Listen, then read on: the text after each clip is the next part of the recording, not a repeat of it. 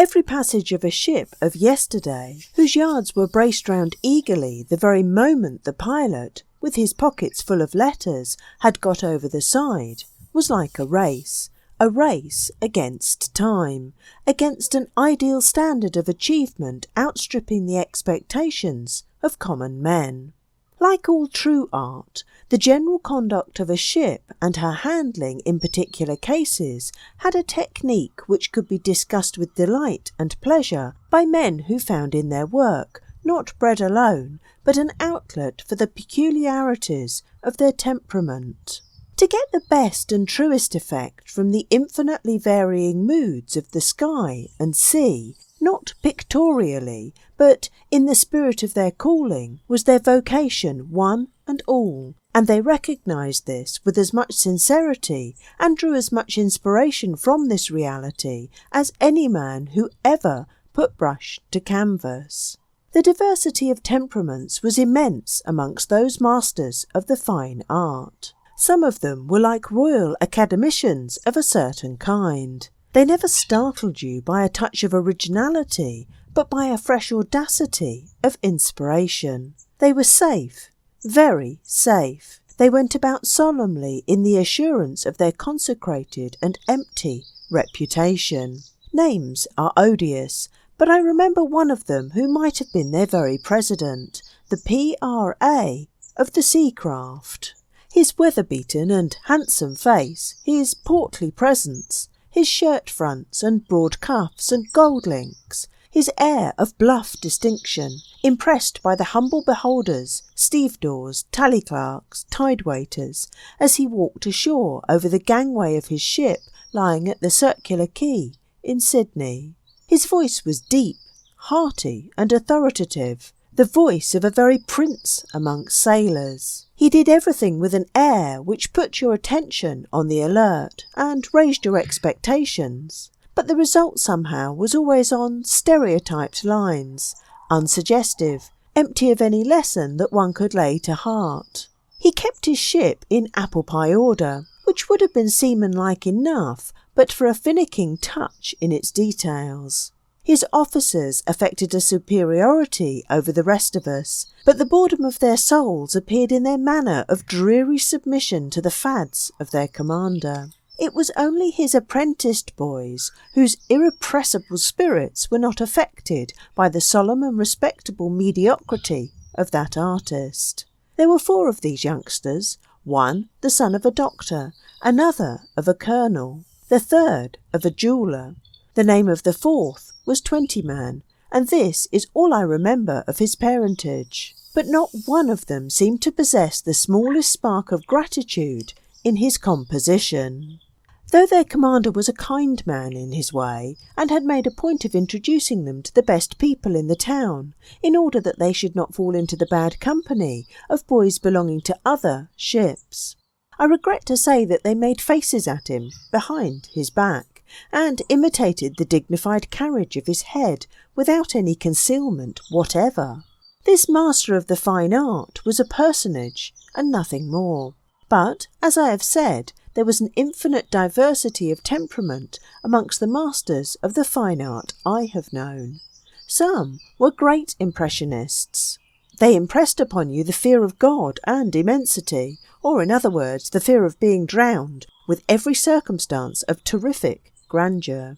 One may think that the locality of your passing away by means of suffocation in water does not really matter very much. I am not so sure of that. I am, perhaps, unduly sensitive, but I confess that the idea of being suddenly split into an infuriated ocean in the midst of darkness and uproar affected me always with a sensation of shrinking distaste. To be drowned in a pond, though it might be called an ignominious fate by the ignorant, is yet a bright and peaceful ending in comparison with some other endings to one's earthly career, which I have mentally quaked at in the intervals or even in the midst of violent exertions. But let that pass. Some of the masters whose influence left a trace upon my character to this very day combined a fierceness of conception with a certitude of execution upon the basis of just appreciation of means and ends, which is the highest quality of the man of action. And an artist is a man of action, whether he creates a personality, invents an expedient, or finds the issue of a complicated situation. There were masters too, I have known, whose very art consisted in avoiding every conceivable situation. It is needless to say that they never did great things in their craft, but they were not to be despised for that. They were modest, they understood their limitations. Their own masters had not handed the sacred fire into the keeping of their cold and skilful hands.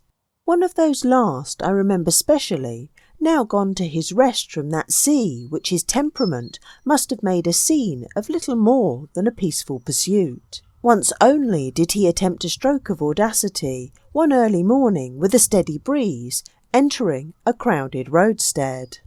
But he was not genuine in this display, which might have been art. He was thinking of his own self. He hankered after the meretricious glory of a showy performance.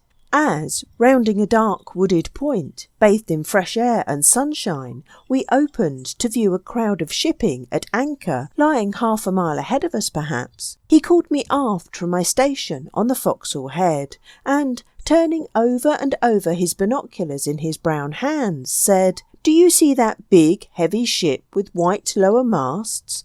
I am going to take up a berth between her and the shore. Now you see to it that the men jump smartly at the first order." I answered, "Aye, aye, sir," and verily believed that this would be a fine performance.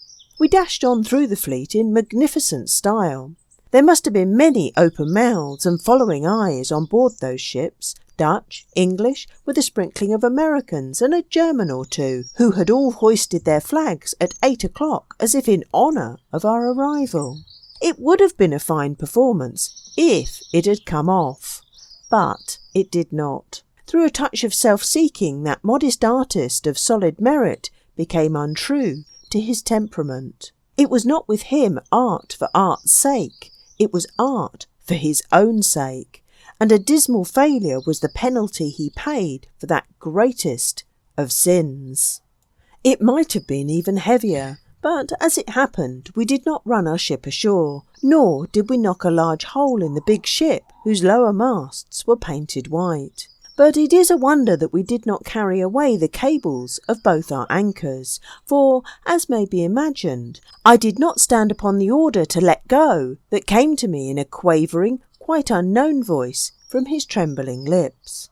I let them both go with a celerity which to this day astonishes my memory. No average merchantman's anchors have ever been let go with such miraculous smartship. And they both held. I could have kissed their rough, cold, iron palms in gratitude if they had not been buried in slimy mud under 10 fathoms of water. Ultimately they brought us up with the jibboom of a Dutch brig poking through our spanker, nothing worse. And a miss is as good as a mile, but not in art. Afterwards the master said to me in a shy mumble, "She wouldn't luff up in time somehow. What's the matter with her?" And I made no answer. Yet the answer was clear. The ship had found out the momentary weakness of her man. Of all the living creatures upon land and sea, it is ships alone that cannot be taken in by barren pretences, that will not put up with bad art from their masters.